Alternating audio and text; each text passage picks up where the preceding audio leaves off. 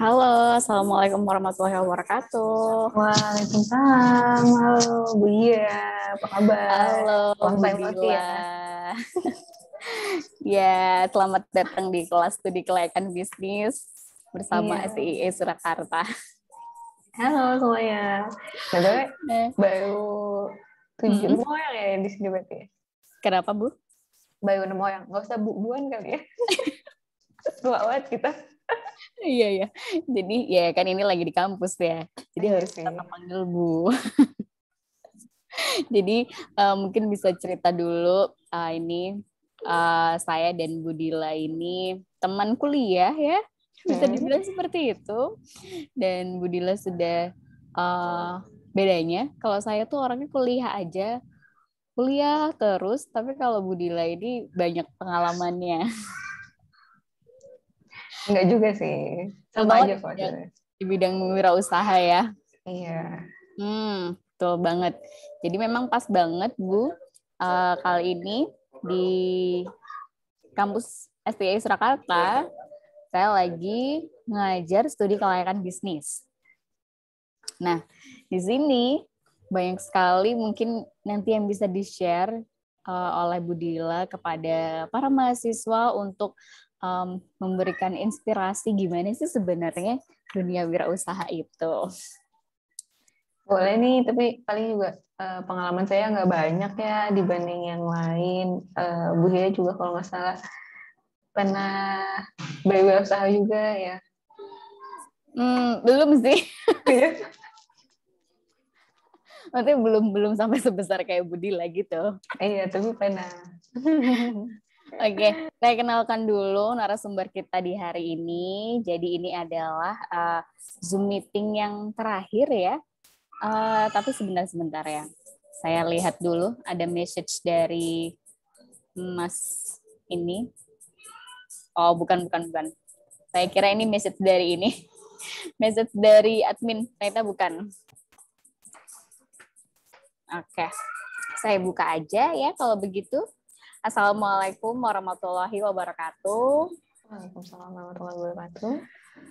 Hari ini adalah Zoom meeting yang terakhir di kelas studi kelayakan bisnis sebelum ada ujian akhir semester. Nah, di ujian akhir semester nanti, seperti yang sudah saya infokan, bahwa ujian akhirnya adalah membuat laporan studi kelayakan bisnis. Nah, sekarang sudah pada banyak yang menulis, sudah beberapa direvisi sudah dengan baik. Untuk laporan studi kelayakan bisnis yang saya maksud di sini adalah laporan studi kelayakan bisnis untuk bisnis yang baru. Nah, kebetulan narasumber kita ini pas banget kalau kita lagi ngomongin usaha atau studi kelayakan bisnis karena narasumber kita di sore hari ini juga sudah mempraktikkan beberapa teori-teori yang sudah kita pelajari. Nah, saya perkenalkan di sini ada Ibu Nur Hidayah Kafadila SEMAK. Beliau adalah dosen di salah satu universitas swasta di Sukabumi dan sekarang juga sudah memiliki beberapa tempat usaha ya yang lagi ongoing. Ini ada 4 ya Bu ya. Iya. Wow, keren banget dan banyak sebelum menjalankan 4 bisnis ini sebelumnya beliau juga sudah pernah mendirikan beberapa bisnis yang tentunya banyak sekali ceritanya nanti. Dan kalau saya lihat-lihat ini lebih banyak ke usaha kuliner ya Bu ya. Betul. Oke, langsung aja kita ngobrol-ngobrol santai, santai sore. Salah satu channel YouTube. Oh iya benar, Iya. santai sore. Santai sore bersama studi kelayakan bisnis. Bisa Nah, jadi. iya. Oke, mungkin Bu Dila bisa memperkenalkan diri dulu profilnya kepada mahasiswa studi kelayakan bisnis di sini. Pertama-tama, kenalin saya Nur Hidayah Kusuma Fadila. Panggil saya aja Dila. Saya kebetulan itu S2 barengan sama Ibu Hia. Kita mungkin memang bukan teman sekelas, tapi kita teman sekampus, seperti itu. Nah, untuk riwayat saya menjadi wirausaha, saya itu sudah berwirausaha dari tahun 2013. sampai tahun ini, tapi jatuh bangun, tutup buka, banyak yang tutup juga. Sekarang yang masih jalan itu ada usaha kuliner saya ada 2. Yang satu sudah build dengan baik, yang satu masih dalam proses untuk building. Ada retail, ada property, tapi yang property ini yang satu juga masih di build, yang satu sudah build. Seperti itu sih, paling itu aja. Cuma nggak begitu banyak juga dibanding yang lain. Dan omsetnya masih range rata-rata di bawah 100 ya. Jadi setiap pebisnis biasanya memiliki target omsetnya masing-masing seperti itu. Oke. Berarti kalau dihitung ternyata ada 5 ya yang lagi ongoing. Iya. Ternyata propertinya 2. Saya pikir tuh tadi propertinya 1, ternyata 2. Mungkin Bu Dila bisa mengawali ceritanya lebih ke, ini kan kalau saya lihat Bu Dila udah dari 2013 berbisnis gitu ya. Kira-kira apa sih yang memicu Bu Dila untuk berbisnis? Jadi saya itu awalnya dari kecil banget, saya itu udah disuruh sama ibu saya bisnis dari kecil banget tuh. Dari mulai beliau jual ada fotokopian, ATK dan lain sebagainya, saya disuruh ikut jaga seperti itu. Terus properti yang satu sudah mulai dibangun, sudah mulai jalan, tapi belum ada manajemennya, belum ada sistemnya. Nah, tahun 2013 kebetulan saya ini agak suka make up, jadi saya buatlah facial salon dan facial kalau nggak salah. Itu saya buat di kosan saya sendiri. Itu tahun 2013 akhir ya. Berarti itu pada posisi S1 ya? S1 semester 1. S1 semester 1? Iya. Oke, keren nih. Ini mahasiswa saya semester 6, berarti nggak boleh kalah dong ya? Oh iya dong, harus bisa. Oke. Terus gimana? Itu pelanggannya istilahnya teman-teman kita sendiri, kalau dia mau facial atau mau apa, by chat aja ya, nanti bayarnya harga temen kok kita gitu. Oke.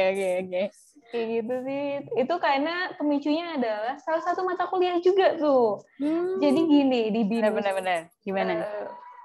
Saya kebetulan lulusan S1 BINUS yang kebetulan di sana diwajibkan adanya mata kuliah entrepreneurship. Benar. Dan outputnya adalah usaha. Yang beneran usaha, sudah jalan seperti itu. Jadi motivasinya selain dari orang tua, ada juga motivasi dari untuk mendapatkan nilai yang baik. Bener, takut sama dosen sebenarnya ya. Dan di STIE juga di Surakarta kita juga ada mata kuliah kewirausahaan, ada juga. Cuman ketika udah di semester 6 ini dilanjutkan dengan studi kelayakan bisnis gitu. Iya, itu bagus banget tuh pemicu untuk adanya usaha baru yang muncul dari mahasiswa ya. Biasanya soalnya mahasiswa idenya bagus-bagus tuh, terus unik-unik biasanya. Ya, dan belum terlalu banyak mikirin aneh-aneh lah. Pikirannya nggak berat maksudnya. Iya. By the way nih ya, Bu Dila, kenapa kok ini kalau saya lihat kan banyak kulinernya ya. Kenapa memilih kuliner? Yang pertama itu kenapa pada akhirnya saya memilih untuk kuliner adalah satu-satunya usaha yang even pandemi pun tetap dicari dia. Karena semua orang butuh makan. Jadi menurut saya buatlah usaha yang kalau dia nggak ada, mati si personnya atau si masyarakatnya. Oh gitu, yang terus berlanjut gitulah ya. Ongoing. Keberlanjutannya bisa diperkirakan dengan baik gitulah ya. Iya, minimal dia memiliki jangka panjang 5-10 tahun ke depan. Oke. Ini kan dulu pernah bikin facial dan spa. Terus ada juga salon, pernah barbershop. Nah, terus tiba-tiba baru donat, baru kuliner. Nah, itu gimana sih ngawalinnya dari yang awalnya suka kasih bidang kecantikan, terus kemudian banting setir ke kuliner, itu awalnya gimana tuh? Awalnya karena saya sudah agak lama di bidang kecantikan, sekitar dari 2018. 5 tahun ya?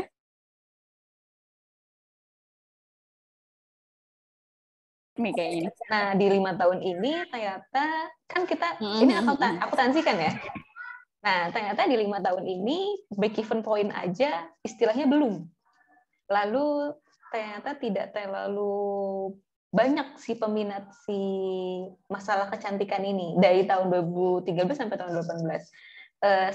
Setahu saya saat itu adalah trennya make up seperti itu. Nah, salon saya beralih ke make up juga, kayak make upin Kartinian dan lain sebagainya. Lalu terkendala modal juga, lalu banyak klinik-klinik yang memiliki dokter, yang memiliki kita bilangnya praktisi yang lebih handal seperti itu. Sedangkan saya hanya lulusan yang memiliki sertifikat nasional di bidang facial, hanya seperti itu. Maksud saya spesifik sekali, sedangkan yang kita butuhkan adalah umum.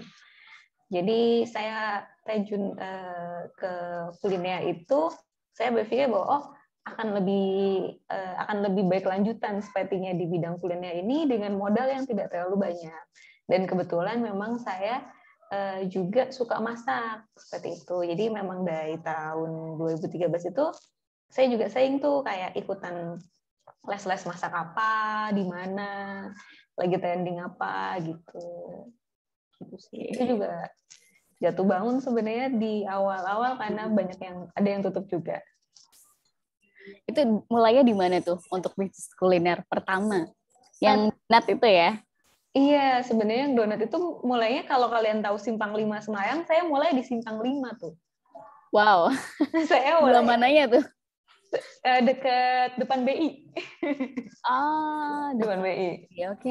Dulu sebelum pandemi. Itu Kayak tahun pakai boot gitu. pakai boot. Itu saya mulai di situ. Terus donat akhirnya ternyata juga mungkin entah kurang enak entah gimana juga down. Saya coba ayam, mulai ke ayam, sudah mulai merambah ke ayam. Saya jual ayam panggang, ayam kodok tapi panggang, seperti ada ayam ada isinya gitulah. Terus saya mulai PO lumayan rame, banyak. Akhirnya saya masuk ke ayam panggang dan nasi kebuli. Nah, dari situ lumayan ternyata banyak yang suka dan masyarakat juga suka. Kita beri harga yang lumayan kompetitif dengan ayam tepung seperti itu. Jadi menjadi alternatif alternatif makanan selain ayam tepung seperti itu. Ini yang ayam panggang itu yang oricik itu ya? Ya, yang oricik itu. Itu oricik itu sebenarnya franchise atau bukan sih? Itu sebenarnya itu franchise. Berarti ini franchise untuk yang oricik, kemudian untuk yang satunya apa? Anas Kitchen. Nah, ini baru yang punyanya Mbak Dila. Iya, itu baru di-build tuh dari awal tahun ini. Oke. Untuk yang oriciknya bagaimana, Bu Dila? Gimana apanya nih sekarang? Maksudnya kan kalau oricik itu kan dari franchise. Kemudian untuk bisnis-bisnis yang lain seperti Anas Kitchen itu kan dari Bu Dila sendiri. Ada perbedaan nggak sih dalam mengelola keduanya? Sebenarnya kalau perbedaan itu nggak terlalu beda. Saya malah lebih fleksibel ketika itu brandnya punya saya sendiri seperti Anas Kitchen, karena saya bisa mencari atau menggunakan supplier dari pihak saya seperti itu. Untuk sistem istilahnya sistem operational prosedur di dalam si tokonya saya tetap sama. Kebetulan memang sudah saya buat itu sistemnya kayak ada database-nya gitu dan lain sebagainya. Ketika si perusahaan atau si usaha itu sudah ongoing atau sudah berjalan, SOP adalah nomor 1 setelah karyawan seperti itu. Jadi si SOP itu harus dijalankan dengan baik sehingga saat di akhir bulan atau di akhir minggu kita dapat memonitoring dan evaluasi setiap SDM tersebut. Jadi kita bisa tahu nih by data. Jadi kita tahu oh ini dia kerjanya baik atau enggak itu ya by SOP seperti itu. Gitu ya. Itu kita juga belajar tuh di SKB, Bu. Berarti itu masuk di aspek manajemen. Oh iya. Studi kelayakan itu membuat itu kita harus mengkaji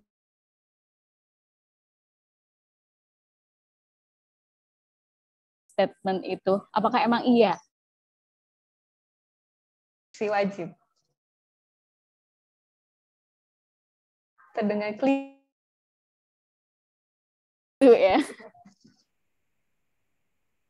Kan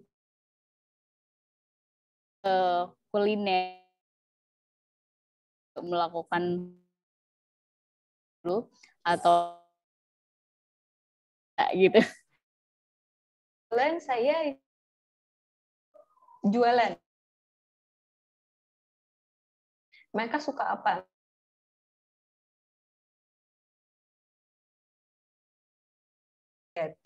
Ada berapa banyak seperti itu jualan. Oh, yang tersebut kita jualan yang lain. Makanya di Anas Kitchen saya yang si ayam enggak saya itu, oh iya berarti mereka yang itu Langsung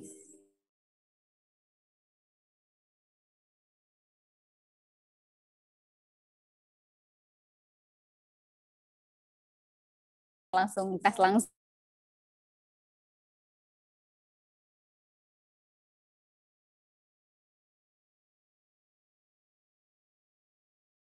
Mungkin dikasih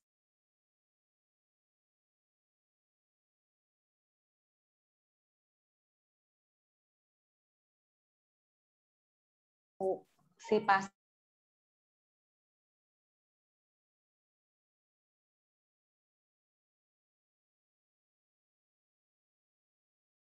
Bu, itu ada bayi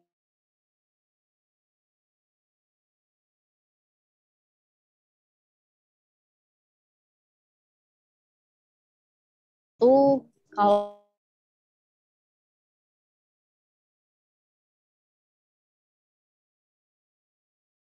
pasar dan pemasaran, kemudian ada aspek teknis, aspek finansial, terus ada aspek legalitas, tuh kayak perizinan gitu-gitu.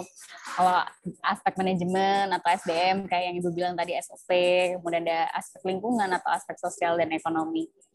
Nah, itu kan sekali tuh teorinya gitu sih. Tapi sebenarnya kalau di lapangan itu kayak gimana sih kira-kira yang menjadi sorotan hal penting ketika kita mau membangun sebuah bisnis itu apakah lebih ke mana gitu? Untuk bisnis yang udah dijalankan oleh Bu Dila dulu. Kalau bisnis yang sudah dijalankan sih lebih ke aspek manajemen ya, karena itu penting sekali. Menurut saya ujung tanduk sebuah usaha itu ada di manajemennya. Menarik ini. Jalan atau tidak. Bagaimana itu iya. Maksudnya untuk aspek manajemennya, Bu? Karena kebetulan karena saya ini istilahnya modalnya juga terbatas, sedang mengumpulkan seperti itu ya. Financial itu penting, tapi saya bukan tipe orang yang berani masuk ke bank untuk ngambil kredit, terus habis itu ngegedein. Enggak, saya lebih memilih untuk membuat sebuah manajemen yang lebih baik dengan segala upaya yang ada. Tahu prinsip efisien, ekonomi, dan efektif? Nah, saya menggunakan itu. Saya menggunakan seefisien mungkin, seekonomis mungkin, dan seefektif mungkin. Dengan tidak mengurangi dengan tidak mengurangi istilahnya kinerja mereka di dalam bekerja atau tidak menambahkan kinerja mereka di dalam bekerja. Saya memanage SDM saya menggunakan undang-undang ketenagakerjaan juga, yang kebetulan orang tua saya yang megang itu. Jadi kalau saya melenceng, saya yang langsung kena kayak gitu. Oke. Jadi tetap mematuhi peraturan juga ya secara legalitasnya. Betul kayak gitu. Dan teknologi juga penting banget karena saya juga ada sistemnya. Sistem untuk memanage semuanya dari mulai stok barang, penjualan, data pelanggan, dan lain sebagainya. Karena data pelanggan itu penting sekali untuk saat pandemi saat ini, seperti itu. Pentingnya untuk apa itu? Kita untuk follow up mereka membeli barang kita. Pemasaran by online, seperti itu. Karena kan kita belum punya IG ya. Maaf Ibu ya, sebentar 1 menit, saya bisa pergi dulu. Oke. Oke, kita tunggu Bu Dila karena sepertinya masih ada hal yang perlu diselesaikan. Mungkin ada partisipan yang ingin bertanya mengenai bisnis yang sudah dijalankan oleh Bu Dila atau mungkin ingin tahu hal lain, boleh langsung aja ditulis pertanyaannya di chat. Boleh, silakan, kita ngobrol-ngobrol santai aja sore ini. Putri Tanjung ya kebetulan ini. Saya malah nggak tahu. Kalau channelnya Putri Tanjung apa santai sore ya? Iya, CSO. Biasanya saya dengerin lagi nilai mahasiswa. Oke, jadi selain jadi dosen juga masih sibuk ngurusin bisnis ini itu gitu ya, Bu Dila ya? Iya, alhamdulillah. Ada nggak sih kesulitan yang Bu Dila ketemuin di lapangan pada waktu mendirikan bisnis? Mungkin yang paling berkesan, ini kan bisnisnya banyak banget ya, ada 8. Yang paling berkesan deh, kesulitan yang, aduh ini sulit banget, gimana nih? Gitu. Awal pandemi sih, itu sulit banget. Oh, karena boleh cerita, Bu. Saya dari istilahnya anggap omset 100%, saya turun ke angka 20%. Dengan gaji karyawan yang sama, dengan sewa toko yang sama. Puyeng banget ya. Itu lumayan banget sih. Itu berkesan sekali. Saya harus putar otak gimana caranya biar saya minimal saya bayar gaji karyawan. Oke. Terus gimana tuh ngatasin kesulitan itu? Saya jadi saya berusaha seinovatif mungkin di dalam satu usaha tersebut. Jadi kayak saya paket family, saya adain delivery order, saya adain free delivery di daerah situ. Saya kayak memberikan apa yang mereka inginkan seperti itu. Kan kebetulan di tempat saya itu adalah family ya, jadi saya adain paket family. Kalau mereka ada acara, saya bisa ngasih tuh acara-acaranya. Maksud saya bisa memberikan semacam catering kecil-kecilan seperti itu. Saya adain frozen food saat itu. Kayak gitu. Gimana sih caranya kita bisa tahu kalau sebenarnya konsumenku tuh pengennya ini loh, kayak gitu. Kadang kita kan sebagai pelaku bisnis tuh nggak peka gitu. Satu-satunya cara menurut saya adalah nanya. Kan kita pasti di WA itu bisa follow up, ibu gimana, suka apa enggak, butuhnya apa kira-kira. Oh ya mbak, saya maunya yang frozen ya, ini saya suka tapi saya mau frozen. Atau misalkan dia nggak bales, ya kita yang paling gampang menurut saya adalah sebar makanannya, mereka suka atau enggak. Kebetulan saya ada menu baru nih yang baru banget minggu ini, itu rice bowl nasi putih seperti itu. Makanan simple, harganya cuma 10 ribuan, alhamdulillah repeat ordernya banyak. Kayaknya minggu ini aja saya udah keluar 100-200 piece seperti itu. Wow. Kita lihat dari situnya sih biasanya. Berarti dari bagaimana responnya dari konsumen kita gitu ya. Nah, ini kan banyak ya yang bilang kalau lebih baik kita tuh berbisnis ngikutin aja. Jadi kalau lihat cara Bu Dila seperti ini, sebenarnya Bu Dila itu bisnisnya itu mengikuti tren atau karena passion masaknya tadi? Saya nggak bisa jawab tujuan yang lain. Saya nggak bisa jawab pasti sih sebenarnya, tapi yang saya pikir ketika kita menjadi seorang pebisnis jangan egois. Jangan karena kita suka sama makanan tersebut lalu kita jual. Kan yang suka cuma kita, nggak orang lain. Jadi ngikutin tren itu bukan suatu ketidakbaikan ya, maksud saya. Ngikutin tren itu bagus banget. Tapi ingat, ATM, amati tiru modifikasi. Jangan lupa modifikasinya.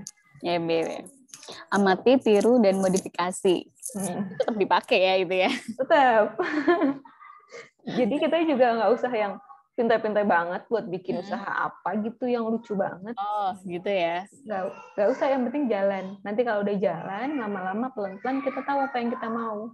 Karena untuk menentukan apa yang kita mau tuh ternyata tidak semudah itu ya. Dan Bu Dila aja butuh 5 tahun ya untuk akhirnya ke kuliner. Iya, akhirnya saya butuh 5 tahun. Kira-kira bakal pindah lagi nggak ntar lagi?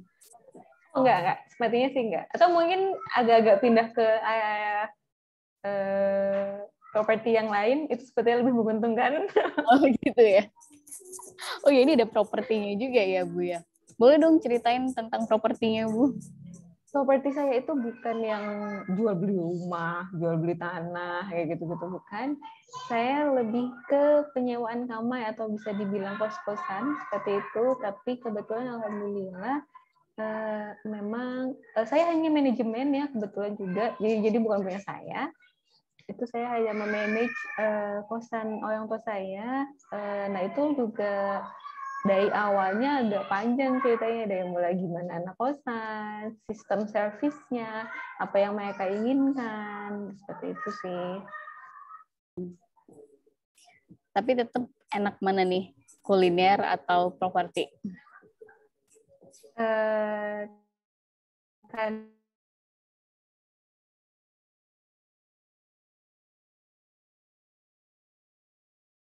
nggak tahu deh, Kalau di kalau makanan saya seperti apa sih sebenarnya?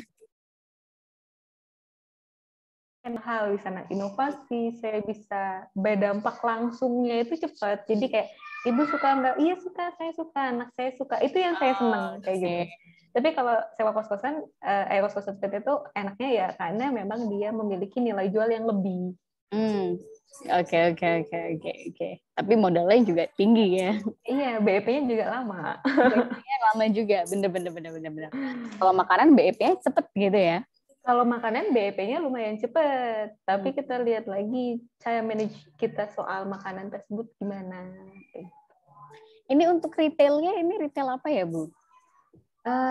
Kita retail semacam sembako seperti itu sih. Retail di situ adalah semacam kita jual hal-hal ya kayak sembako kayak gitu-gitu sih. Dan kalau aku lihat ini kan beda-beda lokasi kotanya ya. Ini yang Oricik ada di Semarang. Kemudian yang Anas juga ada di Semarang. Itu juga di Semarang. Kemudian retailnya di Semarang juga kebetulan. 3 semua di Semarang. Oke, padahal Bedila di Sukabumi. Saya di Sukabumi. Nah, itu gimana tuh manage-nya tuh? Kalau menurut pengalaman saya, menurut saya itu paling penting adalah memanusiakan manusia.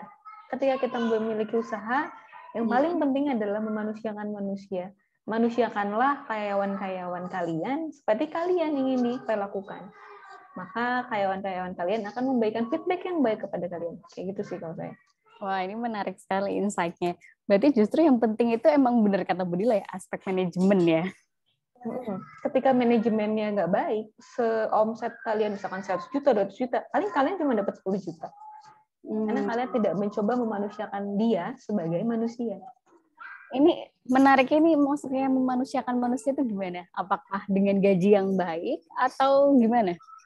Kalau menurut saya gaji adalah salah satu poin penting di dalam sebuah usaha, tapi bukan poin utama. Poin utama adalah mendapatkan hati si karyawan tersebut. Jadi kayak selayaknya kalian ingin diperlakukan seperti itu. Kalau saya selayaknya saya ingin diperlakukan.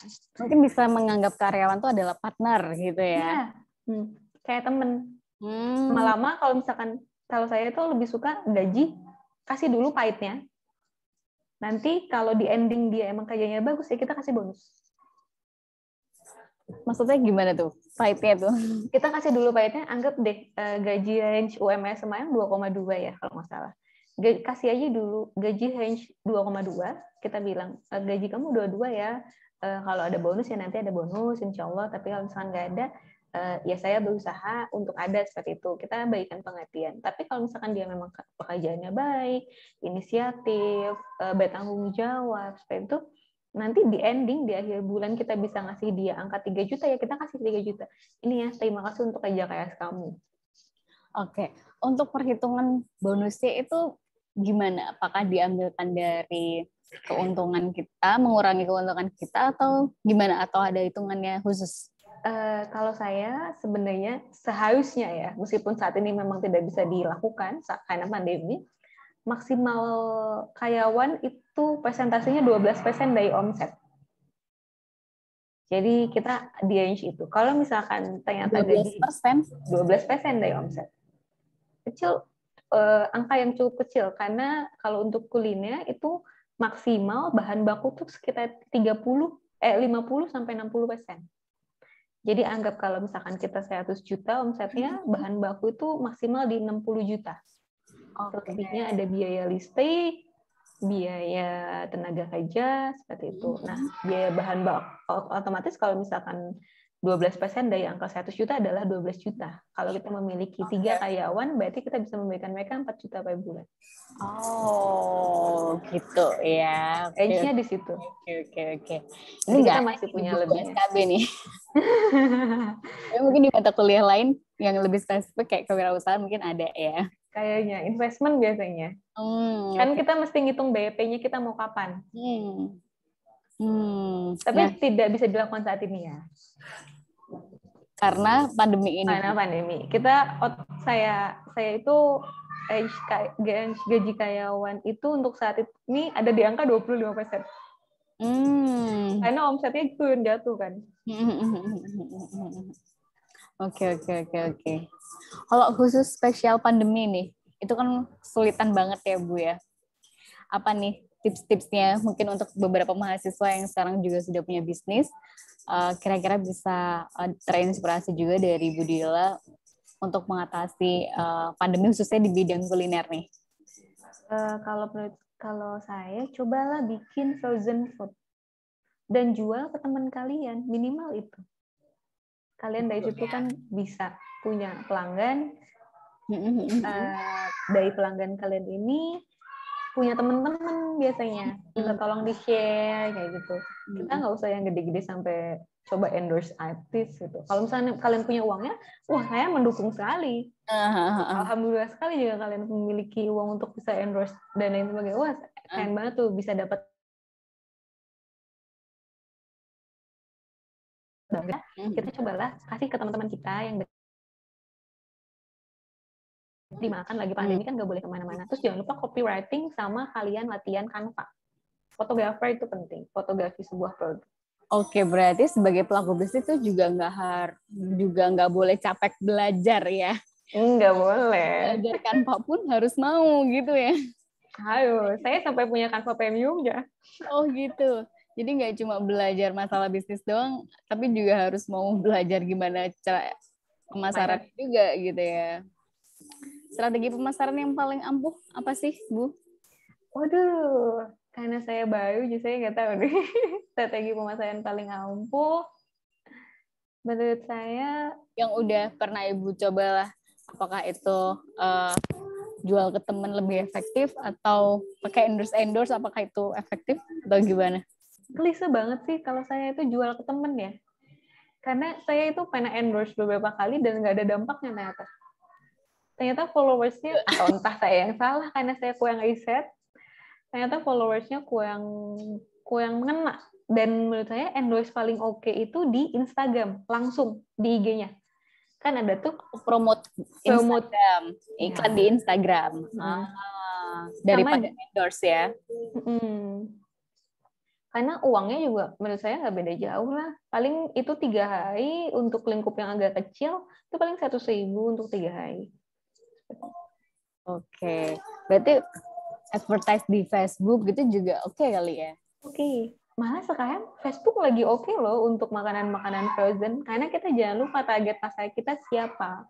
Kita target pasarnya anak muda kah, orang tua kah? Kalau orang tua kita harus berani mainan Facebook. Jangan, nggak mau, saya masih muda, saya nggak mainin Facebook, nggak bisa. Itu. Biasanya gitu kan, karena ngerasa, ya aku kan anak kekinian, ngapain aku balik Facebook lagi. Nah, kadang mereka lupa target pasarnya, bener ya? Jadi, kita harus pakai strategi pemasaran yang pas dengan target pasar kita. Siapa konsumen kita gitu ya. Jadi know your customer. Itu bener banget ya. That's true, bener banget. Oke. Ini seru banget nih. Kalau boleh tahu nih Bu Dila, ada nggak sih tokoh yang menjadi inspirasi Bu Dila untuk berbisnis ini? Kayaknya berani banget gitu loh, mulai dari tahun 2013 yang notabene masih mahasiswa S1 terus sampai sekarang tetap berbisnis walaupun udah banyak banget jatuh bangunnya gitu. Sebenarnya sih pasti inspirasi paling utama adalah orang tua ya, ibu saya sendiri. Seperti itu. Kalau inspirasi paling Berarti utama. dari keluarga udah punya bakat berbisnis gitu. Enggak juga sih, lebih ke memang istilahnya orang tua saya memiliki bisnis, jadi ya harus mau nggak mau ya harus cobain, harus bisa seperti itu. Jadi orang tua sangat mendukung ya, keluarga ya. Iya, sangat Kadang, amat mendukung. kadang ada beberapa keluarga yang justru nggak suka kalau anaknya berbisnis. Karena ngerasa kayak yang itu dianggap terlalu gambling atau gimana gitu lah. Ada beberapa keluarga yang pengen anaknya ya udah kerja aja lempeng gitu. Kalau tokoh inspirasinya? Selain itu sih sebenarnya ya Sandiaga Uno. Mungkin Oh ya. saya dengar agak politis, tapi dia keren loh. Sebagai Okay. seorang pebisnis yang hebat, dia hebat. Karena menurut saya pebisnis yang hebat itu tidak akan pernah melupakan Tuhan ya. Gimana nih? Kayaknya menarik nih. Waduh, saya jadi ke situ ya jadi. Huh? Iya, karena menurut saya bisnis itu kalau dibilang gambling, enggak, karena percayalah 9 daya rezekinya Allah itu adalah berdagang. Adalah? Berdagang. Ya kan? 9 dari 10 itu adalah pedagang. Betul, betul, betul. Ya, saya pernah dengar ceritanya itu ya. Mungkin yang muslim jadi langsung paham cerita apa itu. Iya. Iya, iya, iya, iya, iya, iya. Jadi memang keyakinan Budila sendiri bahwa berdagang ini adalah kerjaan yang baik. Jadi dari niat itu akhirnya semangat ya, walaupun jatuh bangun seperti apa tetap fight gitu. Iya, karena apa yang Tuhan berikan itu pasti yang terbaik ya sih. Mau jatuh, istilahnya ketika kita jatuh, ya saat jatuh itu adalah yang terbaik untuk kita. Saat kita emang lagi alhamdulillah, lagi ada nikmatnya, ya itu juga yang terbaik gitu. Kalau disuruh pilih nih jadi dosen atau jadi pebisnis, mending mana Bu? Waduh, nggak bisa dong, nggak bisa. Kayaknya dosennya passion ya kayaknya. Iya, wajib itu dilakukan. Yang passion. Kira-kira yang mana yang passion? Sebenarnya kalau bisa dua, kenapa enggak? Gitu ya. Emang ya, kalau orang biasa bisnis itu pemikirannya harus ini penuh dengan mana yang bisa dijadiin peluang kayak gitu ya. Oportunis banget nggak sih? Agak sih ya, nggak apa-apa lah. Tapi emang harus seperti itu ya. Iya. Bu Dila, ada nggak sih nih pesan-pesan untuk mahasiswa di STI Surakarta yang mau memulai berbisnis, itu kira-kira apa sih tips-tipsnya? Coba dulu. Tagline Tokopedia.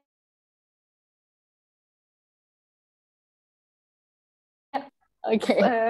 Terus itu ya. Kalian suka, kalau nggak habis ya kalian makan sendiri kan, nggak rugi amat lah, katanya gitu. Kalian cobain buat makanan yang kalian suka apa di search box kayak gitu kan lama ya, terus yang agak bisa dimasukin kulkas lah istilahnya, jadi bisa tahan minimal 1-3 hari. Kalian foto terus kalian share, aku bukan nih PO, kalian ada yang mau nggak, seperti itu. Untuk yang bisnis kecil-kecilan. Tapi kalau untuk bisnis yang emang gede, bikinlah strategi marketing yang benar. Kalian bikin dulu bisnis model kanvasnya, kalian bikin dulu SWOT-nya, kalian lihat dulu kompetitor kalian siapa, kalian lihat dulu target pasar kalian kalau bisa sewa orang statistik, kalian sewa itu orang statistik buat ngasih data ke kalian. Malah lebih bagus ya kalau bisa seperti itu ya. Jadi memang yang namanya mengkaji secara mendalam itu benar banget ya. Penting banget, harus banget. Kalau memang kita istilahnya punya kita mau bisnis itu berkelanjutan ya istilahnya. Untuk visi, misi, tujuan bisnis itu penting nggak sih sebenarnya? Penting banget. Visi, misi, tujuan itu penting banget karena kita tahu step by step apa yang kita lakukan. Mau dibawa kemana bisnisnya gitu ya. Kalau mungkin bisa kasih satu contoh visi misi dari salah satu bisnisnya Bu Dila deh. Yang Anas Kitchen aja ya, karena yang dia baru di build ya. Oke. Tapi mungkin visinya juga pasti di-build kali ya. Visinya adalah bisa Kayak gambarannya aja. paling visinya itu untuk menggantikan seluruh omset dari pihak si Oicik. Dari Oicik. Kan ada dua usaha, ada Oicik dan Anas. Nah, si Anas itu bisa mencapai target omset Oicik. Itu visi utamanya dalam beberapa bulan ke depan. Itu visinya, terus misinya paling kita punya step by step untuk mencapai ke situ, membuat produk baru, inovasi baru, dan lain sebagainya.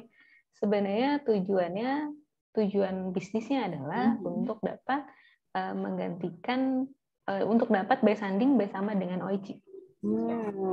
Oke. Tapi untuk tujuan kemanusiaan dan lain sebagainya, kita bisa memberikan harga yang lebih murah kepada pihak customer dengan bahan baku yang baik, dengan memenuhi 4 sehat 5 sempurna.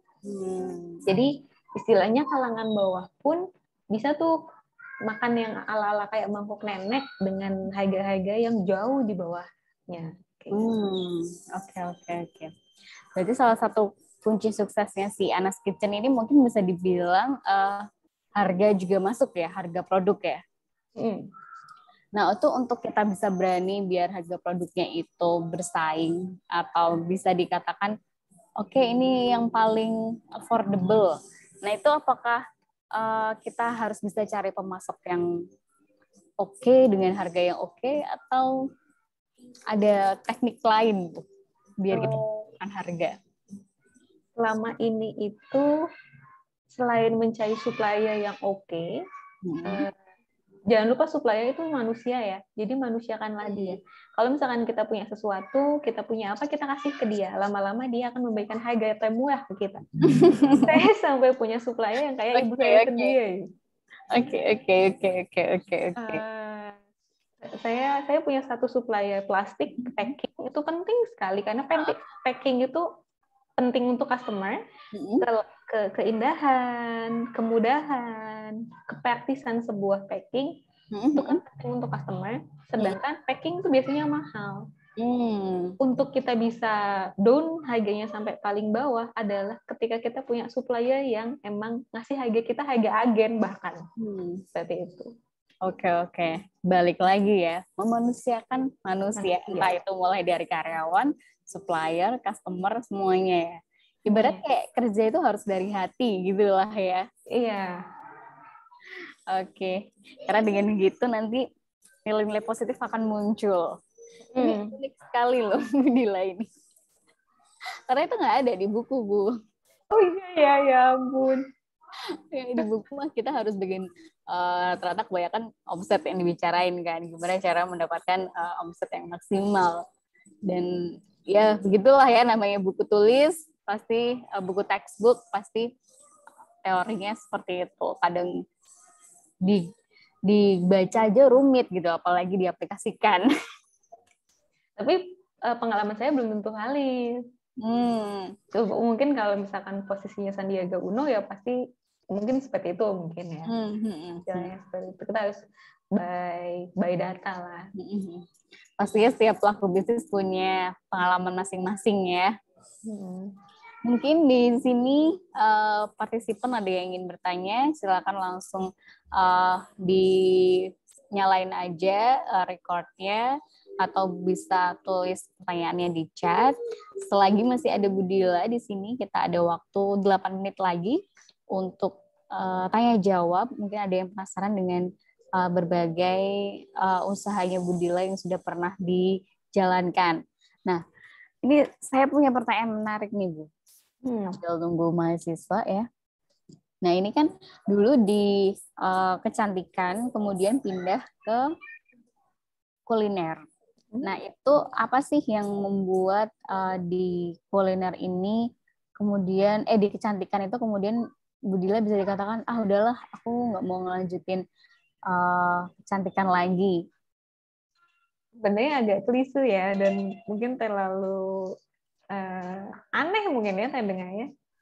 Saya benar-benar mantap untuk tidak, padahal modal saya banyak banget di situ sudah keluar. Ini kan ini ya asetnya tinggi ya Bu ya. Lumayan. Sampai sekarang saya punya kebaya anak kecil ada kali 100 biji. Oh iya? Iya. kebanyakan inian gitu macam-macam Oke. size-nya. Itu sebenarnya karena istilahnya event kita itu hanya beberapa kali dalam setahun. Yang pertama itu. Benar-benar. Yang kedua, mungkin terdengar agak aneh, tapi banyak peraturan di Islam yang tidak membolehkan hal-hal yang menguntungkan. Bukan berarti peraturannya yang salah, itu udah pasti.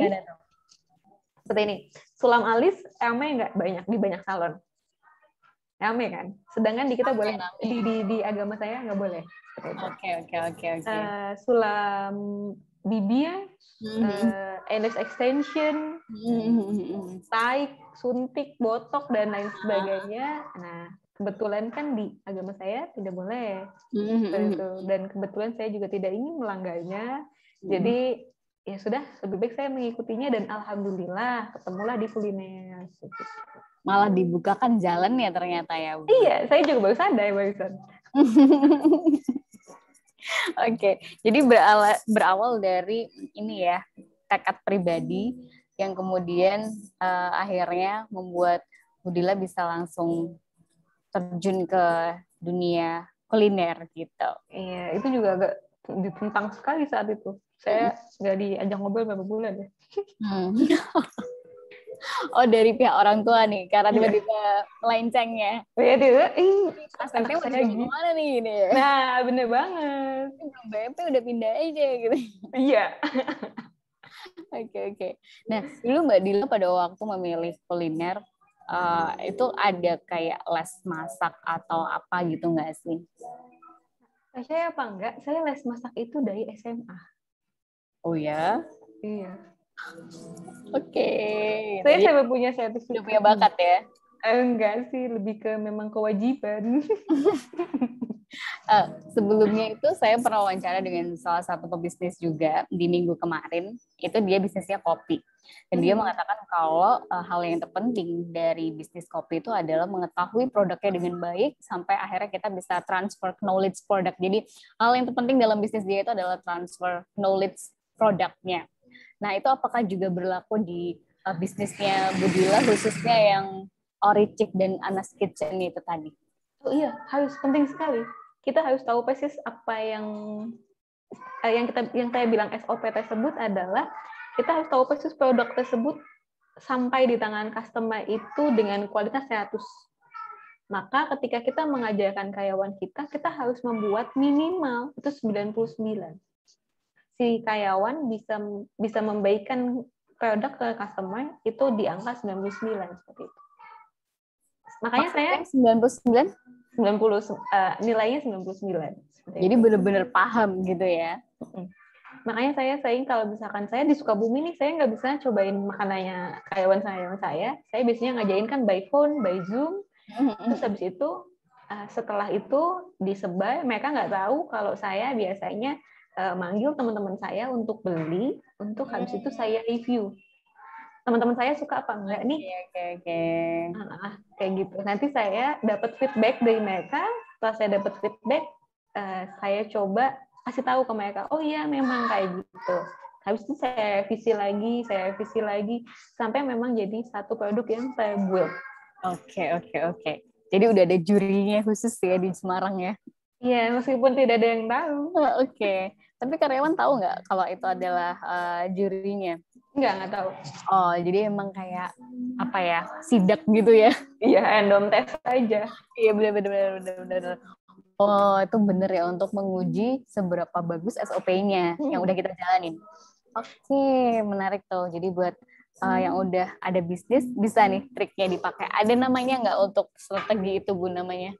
Waduh, apa namanya ya? Saya juga nggak tahu tuh. Budila lebih suka bilang random test ya? Random test, saya biasa bilang random test. Random test. Bisa dicoba tuh random testnya dari Budila. Ternyata banyak sekali yang, kalau saya sendiri nih dari obrolan ini, banyak hal yang bisa saya simpulkan, terutama ternyata bisnis itu nggak cuma soal cuan, tapi juga mungkin lebih ke apa ya, kekeluargaan atau persaudaraan atau gimana? Lebih ke perasaan manusia. Dampak Kesiaan ya. Tuh. Berarti ini aspek sosial dan ekonomi yang sering dipakai sama Budila, bahkan dijadiin visi mungkin ya. Iya. Oke. Bisa bisa. Jadi semua aspek yang ada di SKB kayaknya udah diterapkan semua sama Budila ya. Aspek lingkungan juga ikut nanam pohon gitu mungkin, Bu. Oh, saya ini nggak pakai styrofoam sama sekali. Oh ya. Mhm. Oh, jadi benar-benar ramah lingkungan ya. Dari awal saya nggak pakai. Saya berusaha banget untuk mengurangi plastik dan styrofoam. Meskipun styrofoam murah sekali dan menggoda saya. Tentu ya. Karena dengan pakai styrofoam nanti jadi makin banyak untungnya, ya nggak sih? Iya benar, tapi ya apalah gunanya uang cuman berapa ribu yang nanti habis akhir bulan demi kelangsungan generasi kita ke depan. Iya nggak sih? Waduh. Oh, iya banget nggak sih? Jadi ini bener-bener ini sih, bener-bener pebisnis yang oke nih, udah mantep. Berarti kalau dihitung dari 2013 udah berapa tahun ya? Sampai sekarang. 12, 14, 15, 16, 17, 18, 19, 20. 9. Wow, 9. Ntar lagi udah 1 dekade loh. Oh iya, benar juga. Harus dirayain harusnya itu. Ya kayaknya.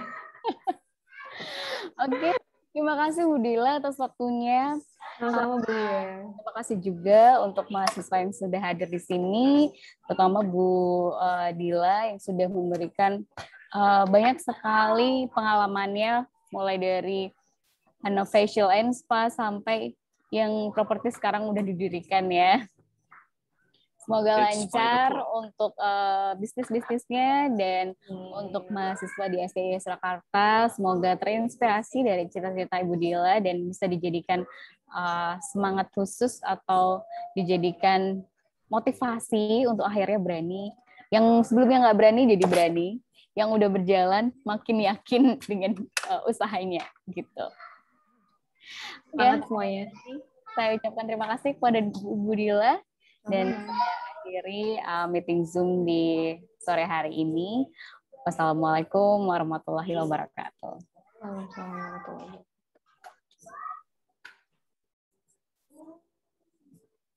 Waalaikumsalam warahmatullahi wabarakatuh.